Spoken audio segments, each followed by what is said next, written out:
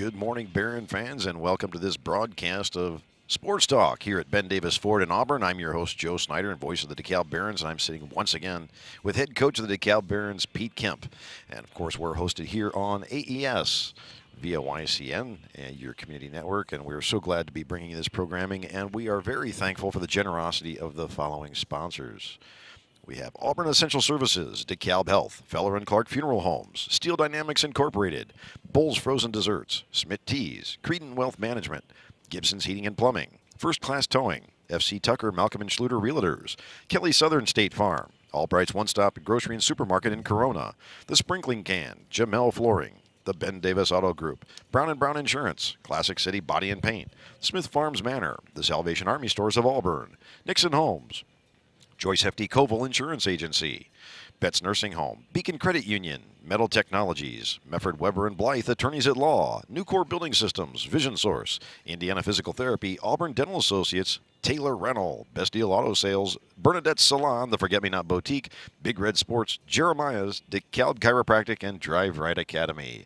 And, Coach, that was something that first time in, what, 6-some years that we ended up having an opportunity to host a sectional game at home. Yeah, it's good to be at home. I tell you what, not only good to be at home, but what an incredible game that was last night. That's something that I got to tell you, the excitement level for the fans, the overall game atmosphere itself, couldn't get more exciting than what we had last night. You know, the game started out with a crazy kickoff and return, and basically that particular play just kind of, it looked like that could have taken the wind out of the sails, but the team didn't give up. They came back. I mean, as you go through the game, it was just that dogfight back and forth in that first half, and then, you know, coming all the way down to the stretch with exciting fourth quarter play, and you can't beat the heart and the effort that came from the DeKalb Barons last night during that game. No, I was very, very proud to be associated with a lot of great men last night. You know, we gave them that, you know, first touchdown. You know, we didn't do the turnover. We lost a turnover battle. I think it's the first time we lost a turnover battle all year in a game. I think we lost it 2-0, and that really, you know, and it just we had an extra point blocked. I mean, that was really the difference in the game. You know, you talk about, you know, it's a game of inches, and last night it was. We, you know, something that we've been wonderful at all year on special teams in particular, and we just we didn't execute when we had to most, and that falls on me as a coach. But the effort was incredible, absolutely incredible, top to bottom from everyone who played last night. You know, and we were on fall break, so a lot of people are out of town. A lot of families are, you know, off doing something different, and which we got some good feedback from people viewing on AES YCN last night. And, that's right. You know, I know Stacy Stout was watching in Florida, and you know there are people all over, and you know, I'm very proud again, like I said, of the whole effort from the team, and you know a lot of the seniors in particular. I mean, John Bell. You know, speaking offensively, you know, John Bell and Waters, and those two played like frickin' madmen. You know, there was one time I saw Waters driving a dude 25 yards in the end zone and like put him on his back and just sprawling him, and we just, you know, and not, you know, just the seniors across the board never quit, and that sets a tone top down. And it's a change of culture thing. It's a belief in ourselves thing. It's a, you know, no one's going to come into our house, our field, and even when, you know, our crowd isn't as large as it normally is, we're not gonna back down from anybody. And you know, and that was something that the seniors are going to leave us moving forward. Well, you know, one of the things that, as I look at that game and I consider how exciting of a moment that was and a game it was, I don't want it to be understated what the heart of that core ended up doing last night. Many people had discounted this, especially from the East Noble side, thinking this was going to be a one-sided. They're thinking they're going to walk in there and they're going to have some kind of a shutout. They're thinking this was not the same team from 6 weeks ago. And the level of improvement that we showed as a core, we showed up last night and we let them know they were going to have to work for every last inch. And we had them where they were taking timeouts and really had them on their heels. We beat them. Yes, we did. We beat them. I mean, it's just we spotted them 14 points on special teams. You know, that's what it comes down to. we beat them and we beat ourselves. We finally got rid of the turnovers. I'm sorry, finally got rid of the penalties. Penalties. We converted big plays. Yes. We caught big plays, and great catch by Kai and Snyder and John. John had an unbelievable catch in that 3rd and long, and we had a couple penalties, so that's going to happen in the game. But we even had a tight one in there with Eli Rome where he was getting in the that action. was, So it was a 4th and short. 4th and short. Like I forgot about that. Yeah. Triple shift jump pass. Yes. It just was really. It was a lot of fun. Yeah. Coach, I got to tell you what, the execution was a lot of fun, and that's something that when I sit back and take a look at it, no, yeah, it did. It came down to some extra points. I mean, there was a few things that we can end up taking a look at, but one of the things that I was amazed by, I mean, we ended up having some great touchdowns. The touchdown kings last night. Yeah. Starting it out with, who was our first scorer? Was it John? No, I don't believe it was John with the first one. Was it Tanner with the first touchdown? Tanner Jack was the first scorer. You know what? The game last night was kind of a blur. Yeah, that's fine, and that's something that I know. John had 4 scores. Yeah, well, maybe. No, I have Tanner Jack with the very first one there in the first quarter. Did he? Yeah, and that was something that he came in and picked up that first touchdown, and then after that, it was John Bell, and he picked up like 3 of them. And then Corey Price had Corey. I tell you what, that touchdown is really one of those career-defining moments for a young man and an individual to have that kind of energy and comeback, to know that we're hanging right there on the edge, and to drive that 4th quarter performance that Corey had was really exciting, and it gave us a glimpse of what we're going to see in the future of this program. Yeah, we, Corey is talented in a lot of ways, and Kyle and Corey they're great at 2 different things, and, Corey went into the game, and, in the past we've always kind of had a small package for Corey, just like, hey, we're going to go, we used to call it Kojak. We had another Kojak series put in, but, Kyle has been battling a calf for, I don't know, last couple weeks, and, not to the point where it's debilitating, but it's hard for him to plant and cut.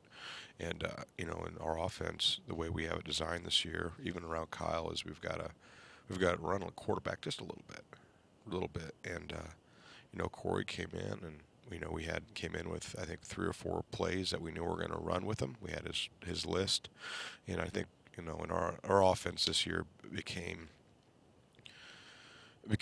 extremely dynamic, and the play call tense with different verbiage, and became very difficult in some ways, because we went very West Coast where we'd have some 7-8 word calls, and it made things simpler to know what players are supposed to do, but that's not something we want. We had so many different kids and so many different packages and so many different talents and different ways we wanted to attack that we diversified down the road from 3 to 4 word calls to 6 or 7 word calls. But Corey, like I said, being a sophomore, that's hard. But we came in and he had about a 4 play package, and he executed that package unbelievable. I think they get hatchet, ratchet, scuba read, and power read all in the package, and he could throw too. I mean, we could have ran hitches with him. We could have done some dink and dump stuff with him, and but you put him back there with Tanner Jack. Like you look at it, the skills wise last night, and Tanner and he were a package. So you had Tanner Jack, Corey Price, not Landon Miller, but Curtis Martin. You got Evan Snyder, who had a big game, and Kai Zacharias. So all 5 of those played all 5 sophomores played significant roles, somewhere in the skill positions last night. And, Easton had a great game, too, had a great catch on that out. I think that was a 4th down as well. Evans was in the 4th down. Evans was the 4th down, big. Yeah, that's where he twisted up Harshberger. Yes. Over there on their sideline. And then Kai, that was with Kai Zacharias. That big catch was something Coach Dixon put in called Z got him, where it was a triple move in the corner, and he twisted up the corner. And protection up front was basically an 9-man protection. It's a full 4-second route, and Kyle fake delivered, and great catch. We had the toss pass that we should have converted in the end zone. We just threw it a little late. We twisted up the corner there, and Easton was open in the end zone. I mean, we just he just we just a great game. A It lot of was a great great game. games. And Great moments. And hey, Coach, thinking about this, that's something. One of the things we want to do is put a shout out to one of our big sponsors, DeKalb Health, with both. Now, thinking about the game, the play of the game separate from the player of the game. Correct. Offensively, play of the game. Oh boy, we had John probably last touchdown run John with had. with John or with Corey? Corey had the one before that. Yeah. Then the touchdown run that John had right after that, he juked the kid. The kid fell out of his shoes and fell down, and you're scared. I mean, really, both those two plays back to back were great plays. And then player of the game. Probably it has to be John. That's what I'd have to go with too, as far as from the Touchdown Kings brought to us by DeKalb Health. And I tell you what, that was something that John. We've seen such great efforts from him as a senior this year, and you could tell he really wanted to highlight his career in that game last night. And he was bringing another special part of his energy out there. He already brings so much to the game. Yeah, and what's funny about John? John's a heart and soul player, and I'm excited to see him on the basketball court the upcoming year. We know what he can do, but he, between his freshman and sophomore year, he just couldn't get him in the weight room, in the summer. Like, he came to all the school stuff, but as soon as summer hit, you never saw him. And then, he improved before his junior year because he was a sophomore starter. And between his sophomore and junior year, he saw him a little more, and then this year he never missed. So he's a kid that, he's one of those kind of blue-collar, hard-nosed, son-of-a-gun dudes that, he's not going to be the biggest, the fastest, the strongest, but heck of it, he's ready to win. Yes, he's going to win now. And he is a competitor. He is, and that and you don't find that level of competitors in young men much anymore. It doesn't mean that kids aren't competitive, but when it comes to athletics, I mean, that's hard. You got to bust your butt, and they'd rather be more competitive in Fortnite or Battlefield 9 or whatever it is, or Ops or whatever the new one is now, Black Ops, and. A kid like John, he does that stuff. He plays those games, but this is more important. And when it's more important on the field compared to like a video games, you see that type of competitiveness out there, that extreme competitiveness and ownership of what he does. And we have that with, and we don't have it to that level. We have a lot of competitors on our football team, but just not to the level. That's John's thing. Yes. Like, that's what makes him such a special young man, is the fact that he's bringing it. He's absolutely bringing it, and no one's stopping him. Well, and we're going to shift a little bit here to the defensive side last night in the game. And that was something I got to tell you, the defensive stands that happened, especially into the fourth quarter, special teams and defense both. But when we get into that fourth quarter, and it's do or die, we were saying do. Absolutely. No, and that speaks highly to, we had some struggles in the first half, protecting our weak boundary edge a little bit. The ends were getting washed, and they made some adjustments, and we gave up one big play to the 27. But what they did at half, they talked about what they did, and it was a great adjustment by Coach Wilcox and the defensive line in particular. East Noble's offensive line is very good, very well coached, and they were taking advantage of some of the things we were doing, and we weren't setting a good edge like we should have, and Coach Wilcox got them in there. They talked about it. They fixed it. And, it showed in the second half. I think did we give up one score in the second half? Yes. The first drive. First drive in the third quarter. And that was it. And then from then on out, it was all Barons. And I think that was one of the things that was so telling about it was the fight that was in all the young men last night, that sense of competition, that sense of getting it done. And, the drives that they attempted offensively to shut down East Noble the way they did. Yeah. And to give us the ball back with good field position to go to work was absolutely astounding. So, I think about even the first half. In the first half, Lucas Roller coming out with a big sack that he ended up having. Roller and John are kind of the same dude when it comes to that. John's out on offense for us, and on defense, Lucas is just, like I said, heart and soul, man. He's a kid that found a role and position. He wasn't a defensive end last year. And he kind of worked his way into it, and he there's nothing left. I mean, it's not just those two, and we kind of called those two out because they've been leaders all year. But Tanner Morlevy had a huge. I tell you what, he was just stopping the action. He was like a one-man line at certain times, just stopping back that run. And Tanner's hurt his knee. I don't know how bad it is, but he hurt his knee a couple weeks ago. And he's been playing on a bum knee for 2 or 3 weeks, and he fought through the pain, and he just gave everything. I mean, all those guys. I mean, I can talk about. I know Waters did, man. Like Yes. Waters and Barkey and Hanson. Hanson might be the most improved player we have from last year to this year. You know, you can just go through the list. Kyle and John, and then you got you know, receiver out there, JD. You know, when JD's number's called, he's always in there. You know, he's always ready to get into a fight. And, Yes. you know, defensive side of the ball, you got, you know, Lucas. So you can talk Aiden and Kyle get a quarter, and then Peyton Stout, who was kind of Friedel. yeah. Peyton really has kind of identified himself and find a location as our best corner, and he's done great job out there for this year. This year in particular, I mean, teams threw away from him towards the latter half of the year. You know, and Stout's another dude that's not like, he's not gonna wow you with great speed, or, you know, he's a little stiff in the hips, but he just gets the job done. He just gets the job done. And that's what a lot of this class was. I mean, they were workers.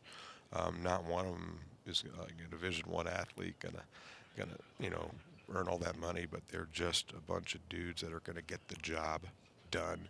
And you can, you know, and that made this group probably the most enjoyable I've had since the senior class is the most enjoyable we've had this year. You know, really after New Haven, since I've been here, and we've had a lot of fun with these senior classes, and these guys really made this second half of the year very special. And really, you look at it, they're you know, they're what, 15 points away from being 8-3. Yes. Is that right? 9-2 As a core. 8-3. 8-3. Yeah. Yeah, 15 points of being, yeah, from only losing to East Noble and Angola. That's right. And, you know, people, you know, like, oh, we got waxed by Angola. Angola, no one scored more than 20 points in Angola. Exactly. That's all year. I mean, Culver got shut out by him last night. Yes, for they 7. did. Yes. I would have loved another chance at Angola. Yes. Loved it. You know, and we're going to get them first week next year at our place, and excited for that. But I know that's looking way ahead. But, you know, this group, you know, in this meat grinder sectional, I was so excited for the opportunity to play number 1 at home. Yes. Like, hey, we're going to bring number 1 into our place, and we're going to showcase what we're made of. And, you know, we brought East Noble, I think it was 12th or something like that, and we let them off the hook, man. Well, and when we do take a look at this, as far as now I'll tell you this, as far as letting them off the hook, I don't think they got let off the hook any last night. They had to work pretty darn hard. They worked, but we did some things to, you know, it's one of those things. We talked about it, you know, to win big games, the way we've kind of, our team has molded itself is we got to beat the penalties. Yes. We've got to beat the other team, and we have to beat ourselves in a lot of ways. Yes. You know, last night we did 2 of those 3 things, and we beat ourselves in some key situations, and that was different. That was, you know, really, I mean, that was the inch. Yes, it was. That was the inch. Now, when we do take a look at it and focus just on that defensive side of it, and of course, key defensive play of the game and key defensive player of the game, sponsored by Feller and Clark Funeral Oh, Homes. I haven't watched the film yet. Usually watch the film after the game. Defensively, I'm going to let you pick the defensive player of the game because you saw it. But I will say the series in the fourth quarter, where we had to get the 3 and out. We used our timeouts to maintain as much time. I mean, we played it just played it perfectly. I mean, we had 20 seconds left to go to end the game. We killed 2 timeouts in the first and second down, forced them to punt into a pseudo short field, and we marched down comfortably. And, you know, it went well. I mean, that defense, that series to me is the defensive play of the game. And, you know, that's something that for defensive player of the game, there's 2 moments that stuck out last night. One, the huge sack that happened from Roller. And the other one from Tanner Morlevy. And now that was more of a sustained effort throughout the game. And there were several times that he ended up basically laying down the pop and stopping the run. It didn't matter if it was Van Gorder. It didn't matter if it was Harshberger. And I got to give it to Tanner Morlevy for taking all the pounding that happened in there and really stopping that line, especially coming fourth quarter. Yeah, absolutely. That, you know, we got improved very much there in the second half, and just speaks to the kids and their coachability. You know, and as coaches, we're not perfect, but I tell you what, when the kids buy into what we were telling them, that this is what has to happen, especially the second half of the season, we saw the changes. and the improvement. We went from, I think, last year we might have been the 6th or 7th defense, and this year we were the number 1 defense in the conference. And ended up being, that was the number 1 offense in the conference there last night, and we held them to 220 yards. Our number 2, they were the number 2 defense or 3 defense in the conference, and our number 2 offense ran them up for 440 yards. That's right. 440 yards. 440 yards. And, one of the things I have to do as far as defensively is I do have to put a big special shout out there to Lucas Roller. And that's something, last week we had him on Sports Talk. He's become a fan favorite, man. And I got to tell you, that's something that you're not going to find a finer young man with a passion and direction for the game that can help to inspire not just folks in football, but other programs with his spirit and his encouragement. Yeah. And I got to tell you, he's going to have, that there is greatness when you see, and we see it reflected in a lot of young individuals. And I just have to put a big shout out to him. Had a chance to meet with his parents as well last night. And I got to tell you, I am thoroughly impressed with the caliber of these young men, and it showed. That highlight that was one of many highlights, but it was something that we ended up seeing from Lucas, and I want to really commend him for that spirit. The last couple of years, we as coaches, we say we have this horrible problem, and that we have really nice kids. Yes. Like we had this just horrible problem that we had nice kids, and excuse me, and that problem we still have those nice kids, but what has happened is they've developed a certain nastiness. They've developed a certain that high level of commitment and will to win that can accompany an attitude and an attitude and a want that's going to win a whole lot of football games over the next few years. Well, and when we take a look at the core group overall, I think a big thing that we want to do right now is, we can break it down by groups, whether it's O-line or just the offense or defense or D-line itself, special teams. Coach, that's something that I really want to end up highlighting today. Yeah. The seniors that are on this squad that are going to be moving on to bigger, obviously going into other seasons here at DeKalb and then moving on eventually to graduation this year, but to really highlight this senior core and the individuals on the senior core. And if you could just kind of break it down and go through the ones. We can just let's go through position groups, because, we had at one point 20 seniors. I think we ended with 18. Yes. And they all fill different roles, all very important. And, obviously we sit here, we talk about John and Lucas and Kyle and Peyton, and we go through that, line, but we can kind of, we can go through it here and just kind of list the importance. And one of the young men that always sticks up in my head is Logan Hunt. Yes. Logan, he's a senior who played JV football. And the kicker is any other year, Logan Hunt would be a starter, and if he's not starting, he's playing huge minutes on Friday night. He's at every weights this summer. A program is built. You always want dudes, right? Don't get me wrong. Like, as a coach, as a program, you want dudes. You want Will Crispins. You want John Bells. You want Harrison Prices. You want Steve Lalondes. You want Samuelsons. You want Tyler Pomeroy's everywhere. You want those kids, because those kids are great football players. But what a lot of people don't realize is that those great football, you're going to win a lot of games with good football players. But you can take a look like New Haven. Right. How many sectional championships has New Haven won? How many sectional championships has East Noble won? How many? They don't win many, and the reason isn't because they have the dudes. Well, one of it, because this sectional is a freaking madhouse. But the reality is that what goes behind those great players is what makes a program special. Like, I'll call out Andy Thomas in Angola. He's done an unbelievable job, and he had this class. He got a class together that was full of great athletes, and because of that, the culture changed, and they won a sectional championship. And last year they shouldn't have. They shouldn't have beat Culver. They shouldn't have beat Northwood, but they did because of the play of a couple great dudes and a belief in a system and a belief in a staff, and they made that magic happen, and the community was a big part of it. And we're going to have that opportunity. I'm going to sit here. We don't have. We have some Tanner, Jack, Corey. Those guys are great athletes. Kai's a great athlete, but you look at all of them, they're not getting any bigger. That's right. And that doesn't matter. They're going to be good ball players. We're lucky to have a Pomeroy, a Stafford, a Waters, all those dudes up front of the line. But we have, like, Logan Hunt is the reason. Those guys are the reason that sectional championships are won because of what they do behind the scenes, what they bring to the culture, because of that. Just whether it be scout or whether it be just playing JV, they're just guys that are easy to get behind.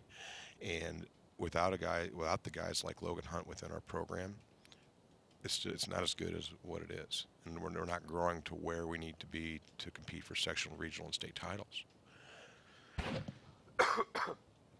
Excuse me.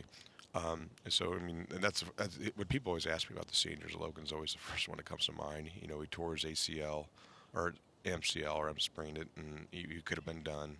But he didn't. He'd say, I'm going to finish my senior year, and then he rolled his other ankle. Like the kid just was like, his patchwork. He was Right. And he just did everything he had to do, and especially he was on special teams, and and then you get kids in like.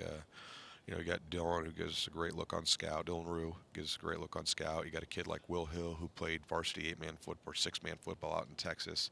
He came in and was part of what we did, and he hurt his shoulder about a month ago, but he's still around all the time.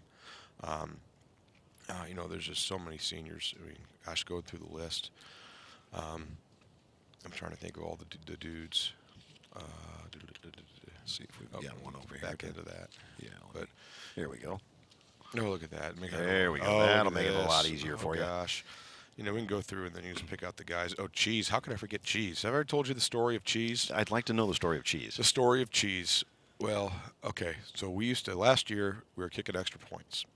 And so Dawson Murray was kicking extra points. He was having a bad day, just the case of the shanks. And Adam Friedel came to him and said, "What kind of food do you like?" He's like, "I like cheese." I like cheese. I like cheese. And then I think the names evolved. I mean, he was like this, and Friedel was just barking out like different types of cheese to him, and the story's a lot better, I guess, if you're there. And I'm going to leave some details out, but eventually he became, I think the full nickname is Sweet Baby Cheesus. All right. But Cheese Murray, and then he's a kid that he's probably. If he decided that he really wanted to play, he could have played some D-line for us, but he was very happy with his role. And, again, those are the guys. Cheese is 1 for 1 in his extra point career on senior night. And, right. And that gets us, we can stick with the kickers, Emerson Deach, who, probably could have been really, really good as a kicker. And he ended up being, after his soccer season was done, he came over and played scout team receiver for us. Yes. And I tell you what, if he would have spent a couple years in the weight room, he probably would have been pretty daggum good. Yes. But no, Emerson was a blast to have him around. I think he really enjoyed being around with us. We talked about JD once already. He got some dumb penalties, man, but fun. He put him in my corner any day of the week. Yes. Any day of the week, and he was kind of a, JD, just as a dude, is a bad man. I know his dad's a bad man. He's a special forces, and I think JD's going to kind of follow that. And I'm glad he's fighting for us. That's right. That's what I'm going to say about JD. That's right. I'm glad he's fighting for us. He's probably sitting in a combine right now, and you just talk about good dudes, and he's one of those guys. He's a good dude. He's going to do great things in life, and I'm excited to be. I'm hoping he's a guy. I hope he comes back after his commitment, and just glad to be a part of that. Again, I'm kind of going through the list here. Let's kind of go through all the guys that you talked about. Hunt, you talked about Dylan. Tyler Wilhelm. Oh yeah, we need to get a highlight there. Yeah, that's just, again, Tyler's the same. Tyler and Logan are kind of the same situation. Any other year, that's right. Tyler's a starter. Mm-hmm. If he's not starting, he's playing significant minutes at D end, and and then he made the move to corner. He had some fun with it. We could have, it's kind of the same thing. Tyler is not blessed with great, huge athleticism. He's not going to go to the gym and you're like, man, that guy's a Division I athlete. But here's who he is. He's a show up to the weight room for 4 years. He's going to turn his body into something that he could be very proud of. He's a commitment man. He's going to be a great husband and father because he's that kind of man. And he's a great student. And you know what? He's going to do great things in this life because he's got that work ethic. Exactly. And we go back and we talk about the guys that make our program special. Obviously, great football players make it easy, but guys like Tyler Wilhelm are the reason that we're becoming a better program every day. Absolutely. Because he buys into more than just being the superstar. And, we're always going to have those guys, and we're always going to talk about those guys. But guys like Tyler Wilhelm are what make this job enjoyable. Absolutely. And he's part of the family and the brotherhood that gives us scout looks, that makes us just happy to be around the program. You just want to be around him. And I think he wants to be around us. And when you have that relationship together with the team, like, when you come in the locker room, you almost didn't want to start practice. Exactly. Because it's just fun to hang out. And I think that's a lost art in a lot of ways. And these seniors brought that back. Cold, right? Oh, yeah. Oh, that's right. Mr. Barkey, he's a starter. We'll kind of go through the position groups. We talked about Will Hill. And all right, so we can kind of go through the position groups now and kind of what they talk about. Obviously, I talked about Kyle. Yes. In the paper last night. I don't know if they put that in this morning or not, but Kyle, when Corey came in, we've had in many cases, and even some of the guys we mentioned today, when Corey went in, Kyle didn't pout. That's right. I tell you what, and that speaks utmost about his character. It's not easy. One, it's not easy being the quarterback. Two, when we needed a change up, and Corey went in, that's and like I said, Corey grasped the offense enough. We could have done a lot of things with Corey, but Kyle made us a lot better Kyle made us better. And when you bring in Corey as that number 2, and he gives us a different look, that's huge. And the fact that Kyle didn't hang his head, but he was over there rooting him on and just cheering him, and he was happy for him. That's right. That's not easy. And that's not easy. It really highlights the whole idea of the selflessness that comes about with wanting the success for the team. Mm-hmm. And we're in a society that says that's not the way it should be. We're in a society and saying that you should be the man. You deserve to be the man, whether you've earned it or not. And even anything, no one owes you anything. Doesn't matter how hard you work. You're going to reap the benefits eventually of hard work, but the world owes you nothing. Mm-hmm. No one owes you anything. And I think Kyle understands that. And he has earned the right. He was granted the right to be the starting quarterback, and he earned it. And at some point, we had to, give us a change up, and he was on board, like just all in. He's unbelievable coachable, and it's one of those things that, as a sophomore, he was so dangly and, just figuring out the world. And right now, he's a grown man. And I couldn't be more proud just to be associated with him. And the 10 minutes I get to spend him, watch him warm up as the quarterback's coach every day.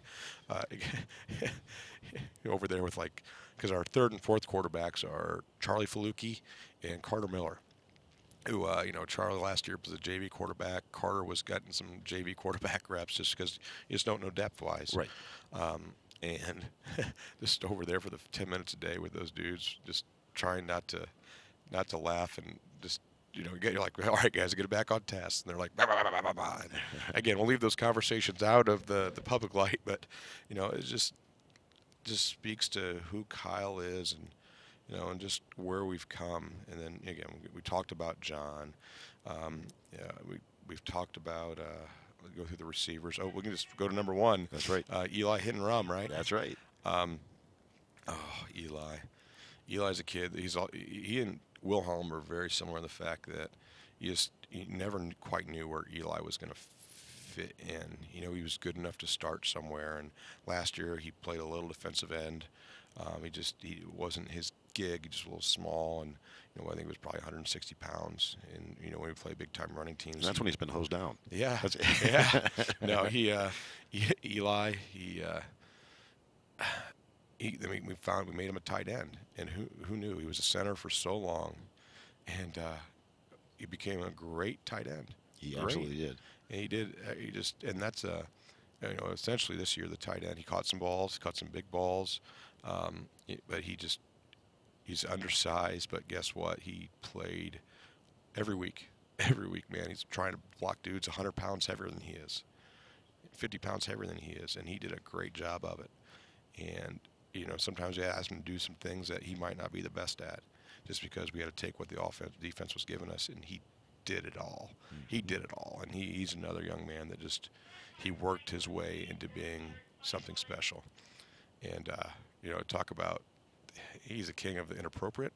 And he's got a lot of I will say habits. Okay. That I hope he does pass down to the younger group, but there's also a few habits I hope he takes with him and we never see again. Again, we just go through this list and we can talk about all these dudes that we're just going to miss. Trevor Meyer, worker. He came back from suspension right off the bat, and it's hard to be a receiver, and when you know you're not going to have him the first 3 games of the week, and he came back, and we never kind of found his role. I know he had a receiving touchdown. He stumbled the first time, but we just never kind of found him back in the role at the receiver. But he ended up starting in the secondary, and he ended up doing a great job, and he played a good job last night, and a lot of athletic talent there for Trevor. He filled multiple roles for us, and he was a part-time weight room guy, and I think he has a lot more potential than what he was able to fulfill. But you know what? Again, not everybody's going to be that dude. Right.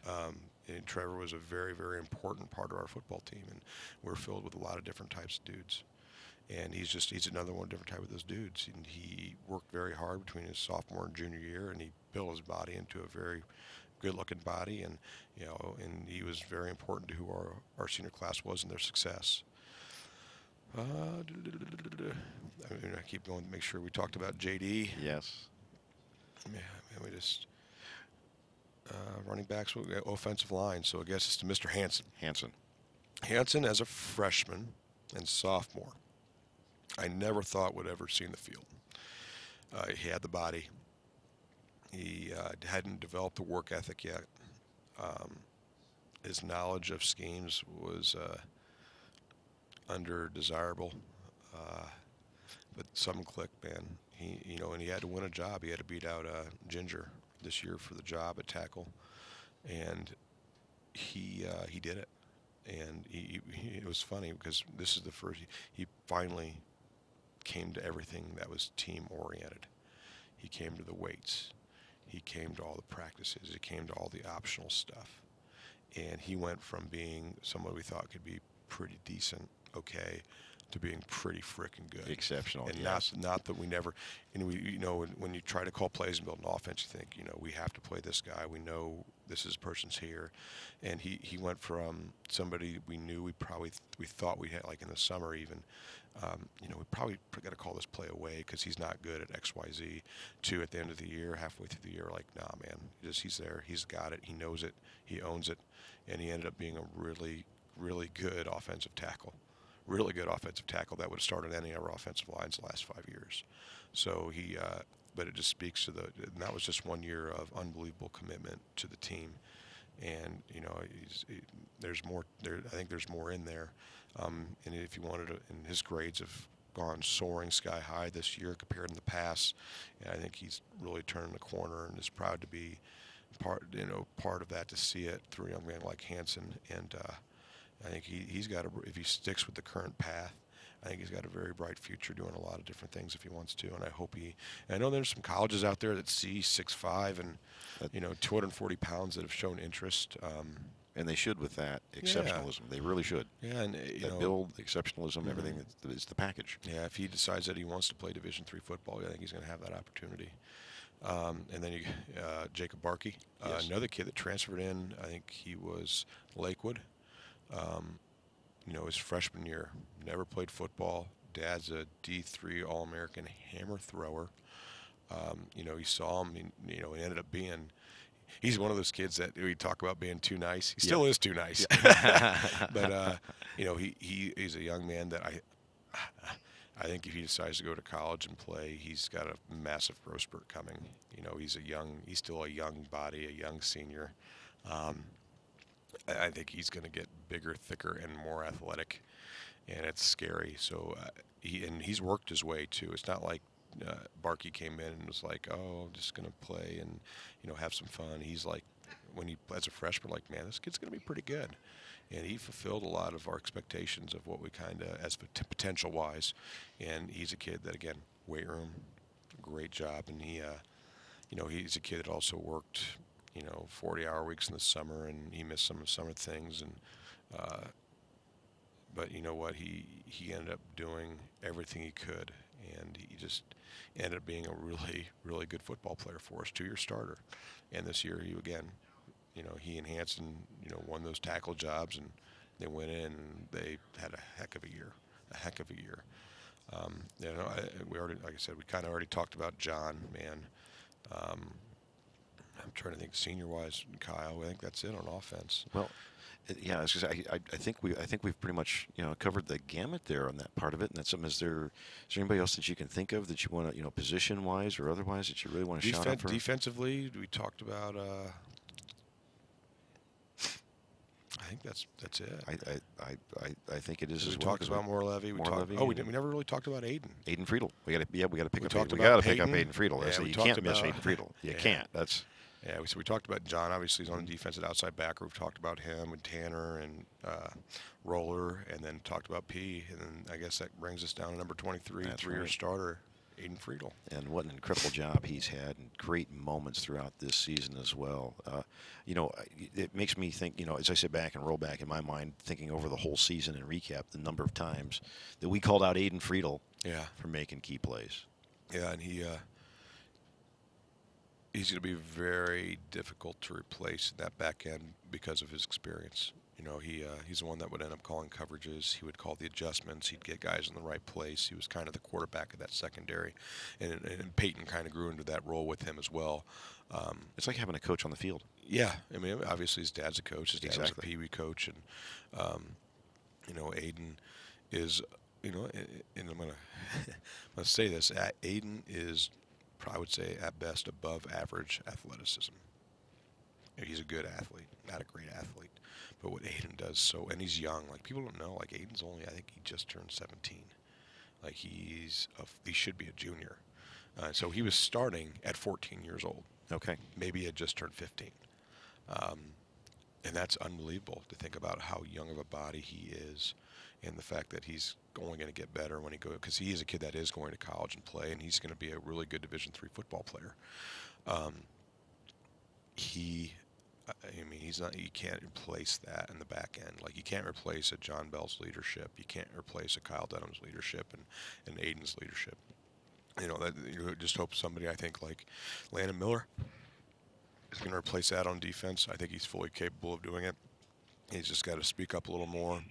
Hoyt and Lar are going to do that on the offensive side of the ball too, and I think kind of a lot of those sophomores to be juniors. They got some big shoes to fill, but I think we have some good senior leadership and a small group of senior leadership that's going to be, very good next year, and it's just going to be different than what we had this year, in a good way. But when you talk about Aiden, just the whole family situation. He's the family thing, man, and he was close to a lot of those guys were close to Derek and Lucas. That's right. And Aiden was particularly close to Derek. And what he went through, what all those guys went through as, sophomores. That's right.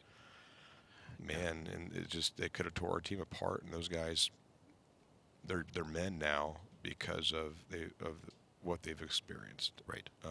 Way too young, and it showed with the way they carry themselves. It shows with the way they play for each other. It shows as a program in total. And Aiden was probably the centerpiece to that. Early on, he was a centerpiece of that, and then everybody else kind of molded around him. Not saying that other guys weren't there, but I think he was kind of whether he liked it or not, he was a centerpiece of that. And very, very proud.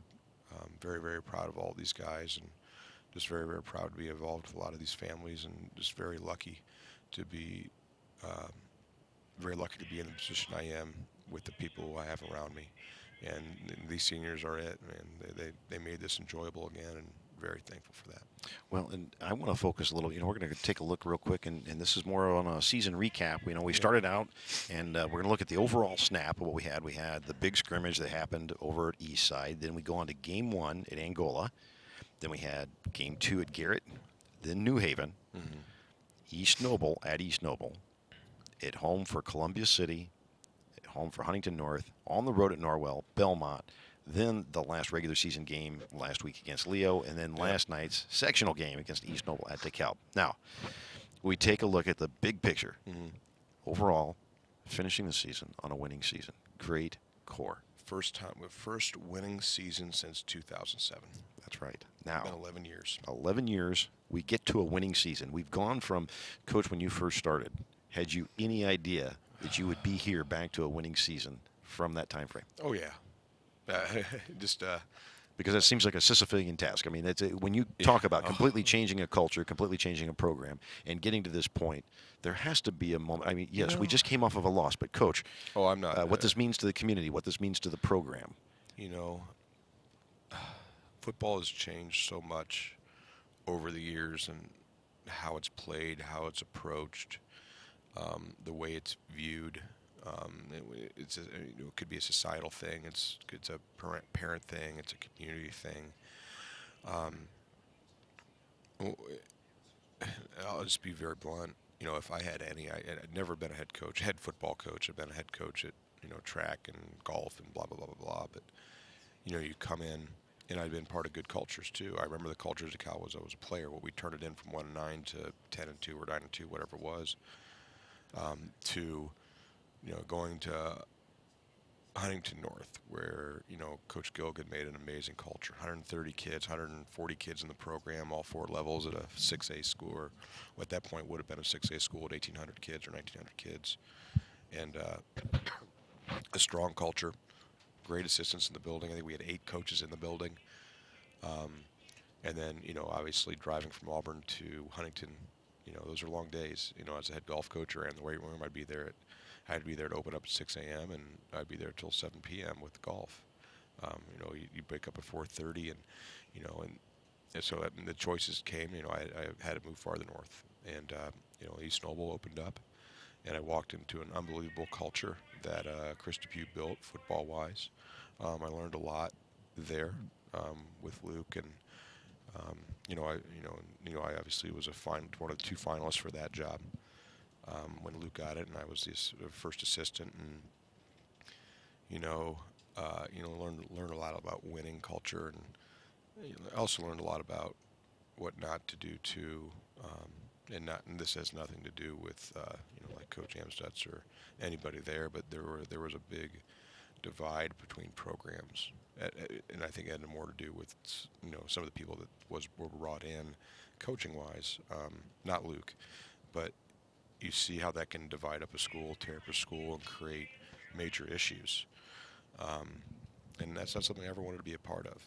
And and when I came to DeKalb, it was just, to me, it was like, what are we going to do to make DeKalb a special place? And I was like, you know what, I've always been, I was kind of ignorant. I'd been successful as a player in high school, college.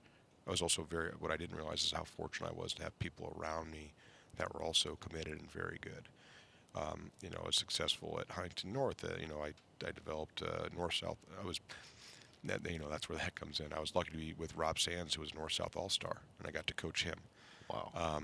And then in golf, I had a kid by the name of E.J. Tackett, and if you don't know that name, you're not a fan of bowling. Right. Because E.J. Tackett went to state. He was my number 1 golfer, and I was a coach of that team, but I just watched him play. We went down. I think we shot 296 the first day down at state, and E.J. was paired with Patrick Rogers. If you play pitch into golf, he went to Avon, and he's on the PGA now. That's right. And oh my God, it was just great golf. But EJ is now the number 1 bowler in the world. And you just don't know that stuff. You know what I mean? Like he's a world-class athlete. Who knew? And I was a 20-whatever-year-old coach. I'm just watching EJ play golf. And then obviously I went to East Noble, and I got to be involved with unbelievable athletes. Look at kids like Drake Demuth in the D-line, Keaton Osborne, and Walker Boyles, Alex Frick, Nate Weibel, Dustin Mapes, Nate Weibel, Landon Tackett. Who am I missing that secondary? Dylan Jordan played there his junior year, and Jacob Peterson, Dustin Wells, Tyler Prentice. Like I can remember all these guys because the culture that we had this year was the culture that I had with that defense at East Noble, and you never forget those guys and that culture and the fun you had. Walker, his junior year, led the state in tackles. Drake ended up. I love Drake. To me, is one of those guys. I'm lucky enough that he still reaches out to me, and I love the dude. He's going to marry one of my favorite students. Not maybe, but marry one of my favorite students. That they're still together today, and just to see that, and that's the only really part I enjoy about social media. Exactly. And then you got guys who Weibel went to Rose Holman, and then Dustin I know is going to marry Alyssa, or is either married or is going to marry Alyssa someday, and Landon's engaged now, and Alex he's out in Cleveland working, and you see Damon Butters, he's back, working in town, and you go into the guys that we had, Will calls me on the regular. I get to talk to Harrison on occasion. I talk to Steve on occasion, and I see some of those guys that you kind of form those bonds with, and I guess that's a good part about social media. But if I had known what I was getting myself into at DeKalb, because I had no idea. Right. Because again, I kind of went off to kind of a tangent, but how have I been to be surrounded by so many great young men over the last 10 years that, you come to DeKalb, and I knew it was bad. I had no idea how bad it became. And it's funny because we have a lot of people in our community now that are up in arms about different things, but none of those people were angry when football was bad, when we were horrendous, when the program was in shambles. None of these people were mad when football's bad, but all of a sudden now they're good, they're mad, and it's just kind of funny. Football's a divisive sport because it's America's most popular sport. We are in Indiana, which is a basketball state, and you can't basketball. And I personally still think DeKalb's a baseball school. Yes, it is. And I will always think that, and that's okay. Yeah, that's okay because it's just you look at our little league, it's crazy, and the culture of that program and what it ends up meaning for the school. Yeah. And that is a very true statement when it comes to that for sports. Yeah, and that's neither here nor there. I think it's a baseball community. It is, and we're very fortunate that we've been able to have unbelievable success in basketball and football. But if I had known coming in what this job was really going to bring out of me, I don't know if I would have come. You know what I mean? And I'm being very honest because it's been, I'm a totally different person now than who I was 5 years ago. That ball of energy, right. Screaming and yelling, jumping up and down, because it wasn't sustainable. And obviously you grow a family here, that changes perspective too. And, number 3's on the way. That's right. I don't know if I would have taken it, but thank God I did. Yes, absolutely. And this is me being selfish because of where I'm sitting right now. Not about the wins and losses, but because I get to work with dudes like Coach Rhodes. Exactly. I get to be in a building where I think that I feel respected by my coworkers. I feel valued by the people I work with every day, and that I can't begin to. That doesn't replace anything. That is, as a young man, I guess middle aged now, but as an educator, really, the feeling that you get from a lot of teachers, and this is almost anywhere, is they don't feel valued.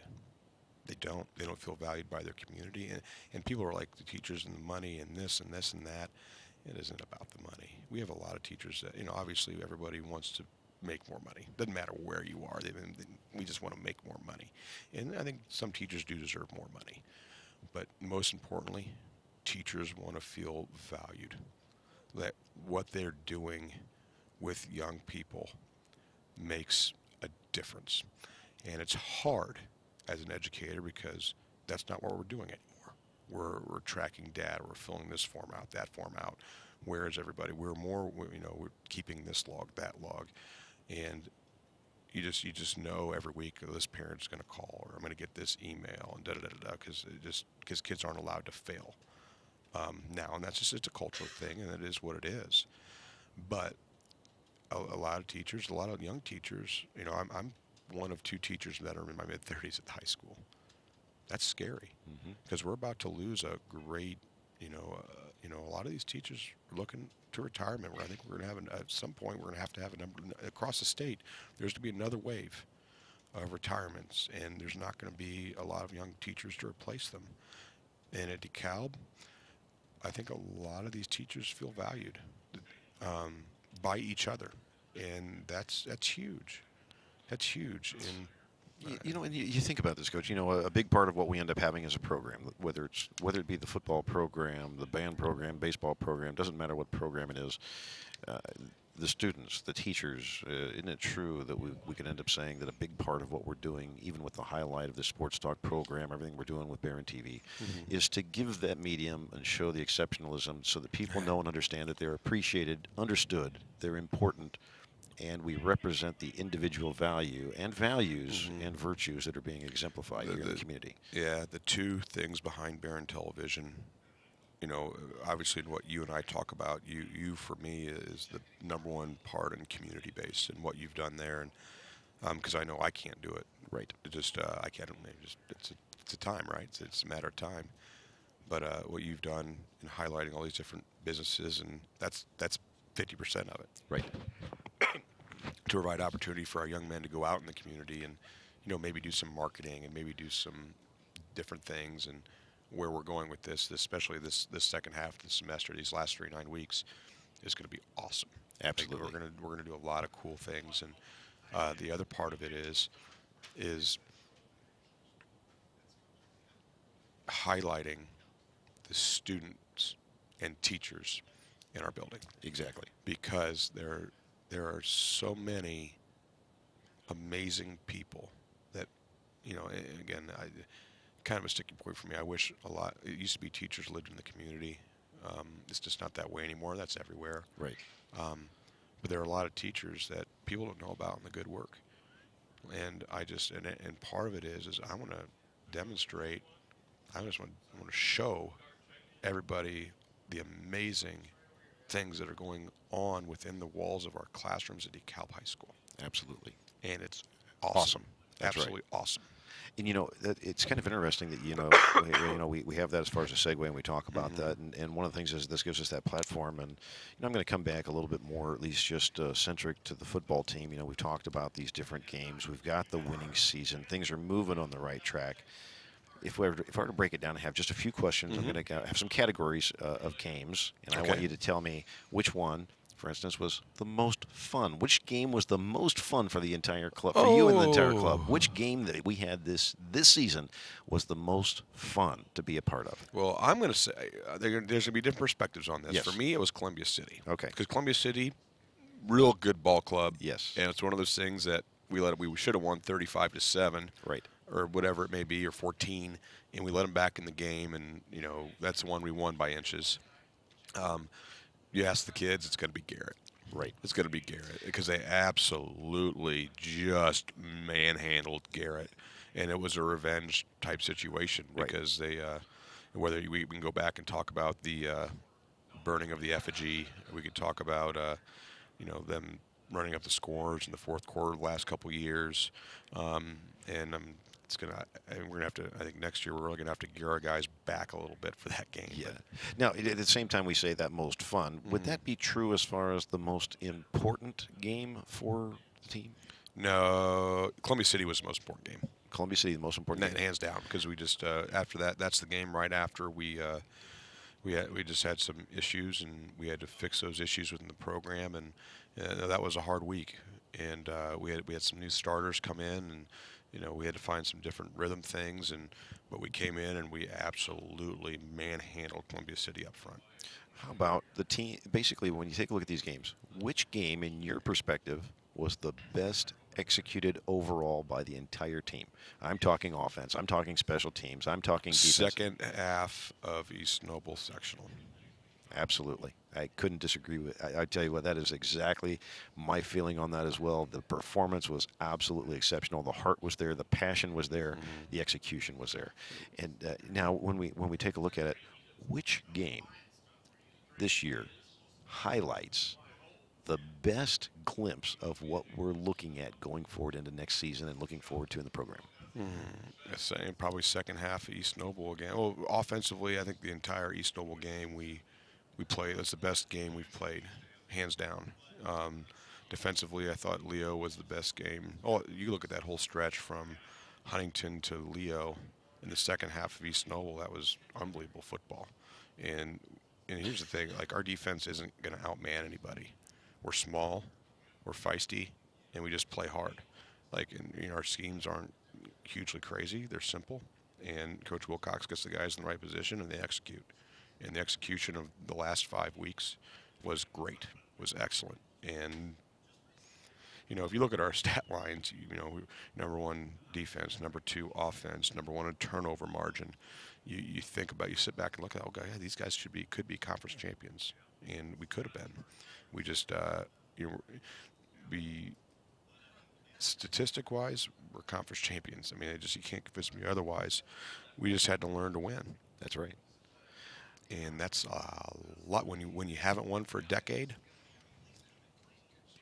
When you haven't won for a decade, learning to win is hard. And these guys taught us. Well, and when we take a look at that, we talk about the best executed in that section. Would that also be true to say that moment, that second half of last night's game, best defines who we are and the character we want to exemplify as a team? Yeah, I mean, we could talk about the second half there, but if you want to talk about the regular season. Yes. We could talk any of it. Yeah. I think the game is the week every year that I hate is Norwell. And for what reason? Well, because of the fair. That's right. And we went down there and we played a Norwell team that, again, senior laden. Their homecoming. It's hard to get that focus with everything going on. We played like crap. But you know what? We went down. We pitched a shutout. We scored 21 points the second half. We just did what we had to do to get the job done. We beat Norwell. We overcame our mental errors, and we went away to a game. And those are the games as coaches that people tend to glance over. That's a huge win, massive win, because we overcame so many different things. But yeah, so I would say, obviously we were playing our best football at the end of the year. Absolutely, without question.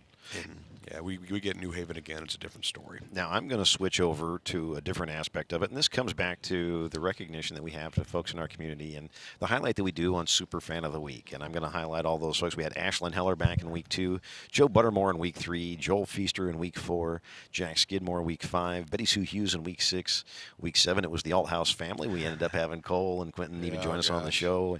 We ended up having Shannon Comment in week 8. And all the fans that stayed for the game at Leo last week.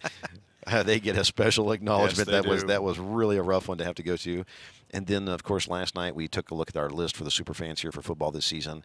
And the ultimate fan this season for football was Betty Sue Hughes. And she got a $50 gift card. Heard all about it. That's right. That's right. And so, one of the things that we end up having is we are constantly surrounded by these wonderful people in our community. And that's why we want to highlight them here, because we want to let them know how much we appreciate them and how much they're valued to the team and everything else they end up doing. Coach, you are surrounded by massive numbers of folks, and I know it's going to be hard to think of all of them. I mean, the football boosters. We've got the Price family. The Hughes family. I mean, you name it. The All-House family, as we mentioned in there. That's can you basically share with us basically some of the folks that help to make this program a success and really highlight the exceptionalism we have right here in our community? I think it starts with Chris and Tina Rhodes. Absolutely. As the athletic director, and people don't realize the job of athletic director sucks. At most schools, athletic directors get to be at school at like 10, 11 o'clock because it's, they get done at 8 or 9 or 10. It's the 8 days a week job. Yeah, and Chris Rhodes gets there every day at 7:30 for whatever reason, and he's there till he's last one there. And when your son's an athlete, that's hard because you want to watch the game and be a part of that. And Chris obviously has a lot of administrative duties on those nights, and especially when a big game, and it's hosting a sectional game is a pain in the butt because there's a lot of different things go into it that the state requires, and I'm very thankful that he's my administrator and couldn't be more thankful. And then, yeah, go ahead. Well, Sorry. let's take a look at this as well because we hosted how many different events so far? We had what, tennis, Oh yeah. soccer, and then here football. And it's coming out of last year. I mean, we've ended up having opportunities to host Hmm. the baseball program at different times. A lot of people don't realize there's an awful lot going on behind the scenes Hmm. when you end up having this. It's a great honor to have it, Hmm. but there's a great level of coordination that's going on. And the reason it seems so seamless is because of the professionability and the execution that happens at that Yeah. level. And it just speaks loads to Coach Rhodes, who I know obviously was a baseball coach forever, but he's not overstated. There's no drama. It's just execution, and he's done a wonderful job, and I'm glad to be a part of that. Um, and we'll go into Tina and Kelly then, because we talked about Tina and Kelly, with some help, but they do all our team meals. They organized them. They serve them all. I mean, to feed 80 people, it's not an easy task. Like, and there's more that they do. Don't get me wrong. Absolutely. There's more that There's they much do. more. Yeah. But it's just a one example of what they've done, and it's just been awesome. And just kind of for time. But you talk about this, and you get into the Snyders, and what role Steve's taken on, Absolutely. like producing, like the portfolio, the game night program, and just the coordination he's done with that. And then Kelly has done so many different things, and we've talked about it before, but it takes for a football program to be successful. We talked about it. It takes a school, a community, a booster club, and the program. And we've developed 3.5 of those 4. And I think I think in November we'll prove that we have the 4th. So uh, we just we're there, and they make a lot of things happen. And then you go into Deanna Pomeroy. That's right. Man, she is a world beater, and the reason she was the banquet. We had the Vegas night this winter, and it was their first major event. They knocked it out of the park. The banquet's going to be awesome. It's the event of the year at the high school. Um, just the work she's done and the help, and and she's another one of those. And Tyler, I love Tyler to death, and you can see where he gets his approach to Yes. life. Indiana, if I'm, and obviously I know where she works, but I don't know how, like, she's just she kicks butt, man. She wakes up every day. I'm pretty sure she eats like nails and cereal and like is porn. Puts gunpowder on the Cheerios. Yeah, exactly. I don't know how she does it, but if I was ever an employer, she's probably the first person I'm going to hire. Yeah. And it just awesome. She kicks butt. Yeah. And then you get into the Millers. Millers are also, they're very understated and quiet, but very vocal in support. And their boys are, same thing, man. Like Landon, straight A student. Carter's a straight A student. They both ended up being varsity football players this year. We already knew Landon was, returning all conference and Right. stud. Unbelievable intelligence, and that's reflective of parenting. That's all reflective of parenting and the kind of kids that they're becoming. And it's again, that covers the whole booster board. And then we can talk about Coach Lank. Shanna's doing a great job in building that co-culture. The list goes on, and all the coaches' families. Like, that's not easy, man. I require a lot of time. Because it's what I did and it's what I think needs to be done. But a lot of time away from your families, and that's hard. Yes. Especially young families like Coach Devos, Coach Gaff, Coach Wilcox. These guys aren't exactly, they're not exactly, that's hard, especially from the moms. And you go show Schlemmer back in there, and Dixon's a single dude, which makes it a little easier. Right. But Coach Samuelson, Jesse, working 80-hour weeks. Coach Friedel, who's got he's got a young and old family. Right.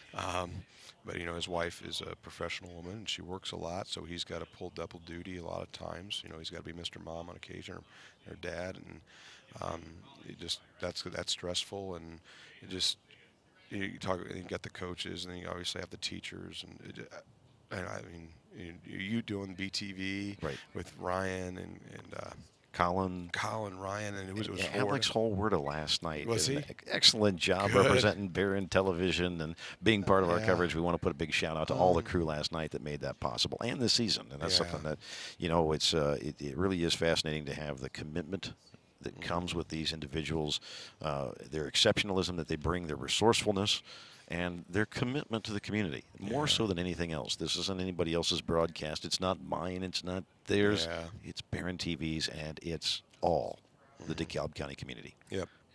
Absolutely. And again, I know I'm going to forget something or somebody, but the biggest thing is to make we talk about to make a program successful immediately. It's a coach-parent partnership. Absolutely. And in the past, I don't think the partnership has been as healthy as it is now. And there's always going to be naysayers, and there's going to be people spreading crap throughout the community about X, Y, Z. It's not true because they're hurt about something. But the majority of what we have as parents and that partnership at DeKalb High School this year has been excellent. And that goes into, and that's trickle down. If there's massive parent issues, you can never hold against a kid the sins of the parents. And Right. it is what it is. And but without that positive partnership, it makes this job a lot harder. And as a coach, you're not thinking about football. You're thinking about other things. You're not thinking about the kids. You're thinking about, what am I going to do about this now? Right. We didn't have that this year. Well, and I think that's one of the things that helps to aid in moving towards the success of the program. Absolutely. Because if you're focusing on the aspect of winning and getting to that aspect, you don't have the other secondary, tertiary items that you have to contend with. Correct. And we didn't have that in the second half of this year. And Coach, that's something that we had a chance to talk about. Some of these folks. Is there anybody that you haven't had a chance to mention here that you? I know. I mean, we always have so many, and we can always. I mean, we'll be able to have a chance. I'm going to end how I always end. Yeah. So Jackie and I have now taken on a co-coaching. We're co-coaching for the first time together. Kindergarten DCBBL. Did I say that right? Women's young ladies basketball. So I have no idea how that's going to go. I'm excited for it. I'm telling you what, it's going to be the most rewarding experience that you've ever had in coaching in your life. Just from my own personal experience with my wife, and I got to tell you, this is something that you will never realize how much fun you can have at athletics and sports and bringing fundamentals until you get to coach at the lower levels, down at the very first institutional opportunities. These kids, I'm telling you, that's one of them. That's where the coaching really gets fun and exciting. We wish you the best of luck and success this season as you go forward with that venture. And we've kind of talked about it with this, Peter Harcourt's name of our 2B boy, and there were. We can kind of talk about it now. There were some complications early in the pregnancy, and it ends up that the young man has a clubfoot. So we are going to spend a lot of time together once a week for the rest of probably the year. We're going to drive to Riley in Indianapolis, down and back to have all the castings and fittings done. And I can't tell you how excited I am for that. Absolutely. To spend that much time I get to spend time with my wife and family. Exactly. Which doesn't happen a lot in the last, from basically June and on. I don't. Well, and you've got the support and the thoughts and prayers of the entire community, making sure everything goes well for the entire Kempf family. You know what? We've dealt with a lot worse, man. And the fact that I get to drive down and back with my wife, and the amount of support we've had from my family, and her family, to be part of that adventure, from grandparents down to all the above. I mean, I'm excited to do it, and just to drive there and back, and just to spend that time and spend a little time to be a dad. And that's, and Jackie is with my messages every week. We have a chalkboard in the garage. She leaves me a message. And, today we had the tryouts. She let me sleep in a little bit, and she went to the tryouts, and it just. Well, I got to tell you, that's something, the focus that you end up having with the teams and the community and everything you try and instill in them. It's wonderful for me and for others to not only see that you're doing that as far as taking those values, but you're actually taking them to the next level of practicing them as a virtue, as a dad. And that's something, it's got to be the most gratifying thing in the world with your daughters now and your soon-to-be son and your wife. And that's something that we want to put those shout-outs to them as well. It's an entire sacrifice as a family for what you end up doing. And Coach, heartfully, we all appreciate that so much in everything that you've been doing, not just this season, but in previous seasons, and everything you do to help build our community. It means the world to us. I, as a coach, when we came in, I always find there was a lot of hypocrisy in coaching. Coaches would always ask, "I need A, B, C of you," and they wouldn't do any of it. It always made me very upset as a player. And I will never ask of my players something that I never did as a player, commitment-wise, or I'll never ask something of my players that I won't try to live myself to the utmost as a man, as a family man, as an employee. Because I think that we do have kind of that ultimate hypocrisy in our society. We have a lot of people that talk, and talking is cheap, man. Speak through your actions. Absolutely. And my wife, we try to do that, and it's not easy. But I'm just very thankful that we're doing this adventure together, and again, be surrounded by so many great people, and it makes this worth it. Well, I tell you what, Coach, congratulations on a successful season. Thank you. Thank you so much for being part of the program. We're looking forward to a lot more highlights coming up in the future. We got basketball season, of course, coming up on Barron TV. We're going to have you come in and see if you can end up letting us know some of the highlights and scores from the younger levels. So, kind of looking forward. We don't know when our next show is going to be. That's right. So for those who are tuning into our Coaches Show weekly, kind of check out what we do have to do. We're still trying to get girls golf for golf review. Right. We're going to try to get the play, and cross country is coming to an end. So hopefully, I think we're going to try to throw one show together. Right. Bring them all in on a Saturday, or maybe we can record at a different time and then air it on Saturday. So we'll be ready for that. Might come from a different format, but be watching YouTube for the Barron TV, because if we record it, we can put it right out here, and then that way you can catch it on demand. And we will also update that. As soon as we find out that schedule, we'll update the Facebook page. We'll throw it on, and just excited to check in with the rest of the fall sports as the season closes, and then eventually we'll have our winter sports preview. That's right. I think we'll probably bring it. I don't know where we'll do that, but we're going to have our winter sports preview, and we'll bring everybody in, and we'll talk to all those coaches, maybe do one big session, and that'll be coming up here in the next few weeks. Really I was going to say another week or two, because we got. I know that the scrimmage is coming up very soon for girls basketball. Yeah, their season started on Monday. Boys basketball, I think, starts in another 2 weeks. Right. And then wrestling starts up in another 2 weeks. And there's not a lot of winter sports. I'm trying to think what else is there. Well, the boys and girls basketball has a big section. We've got gymnastics. Gymnastics going to be coming in, missing. and we need to make sure that we've got some coverage there for the gymnastics team. And of course, along with that, we also have there's other activities going on. As we're transitioning out of, say, the marching band aspect of things, we're getting right into another season with everything from their jazz bands. They get the concert series that we have with the bands, and then we've got the similar type of thing going on with the choir. So there's an awful lot of activity going on out at the school, a lot of programming that we're going to be bringing. A lot of indoor activity. A lot of, and I think drum lines even going to be, drum line's going to be another one that's going to be coming up as well. That's another competitive area for the arts and entertainment. Is there anything else, Coach, that you'd like to close on for the show before we exit things out for our viewers? Thank you for supporting us through the entire season, to anybody who's watching or listening, and great things are coming. Hop on board, be a part. Absolutely. I can only echo those comments. And Bear fans, we want to thank you for being part of this broadcast here at Sports Talk at Ben Davis Ford in Auburn. And that's something we want to basically invite you to keep on checking out our Barron TV page on YouTube. There's much more to come on YCN as we pump things up this season with our broadcast. And this broadcast, of course, is made possible by the generosity of the following program sponsors. As Auburn Essential Services. We also have DeKalb Health, Feller and Clark Funeral Homes. That's Steel Dynamics Incorporated, Bowles Frozen Desserts, Schmidt Teas, Creedon Wealth Management, Gibson's Heating and Plumbing.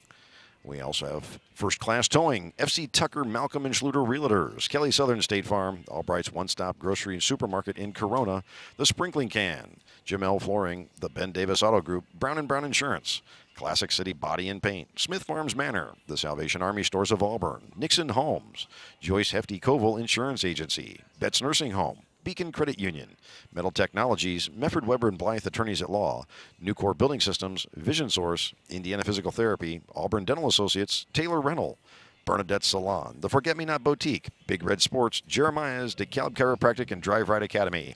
This is Joe Snyder from Barron TV, and as always, folks, don't stop until the whistle blows. Well done. Good year. Thank you all.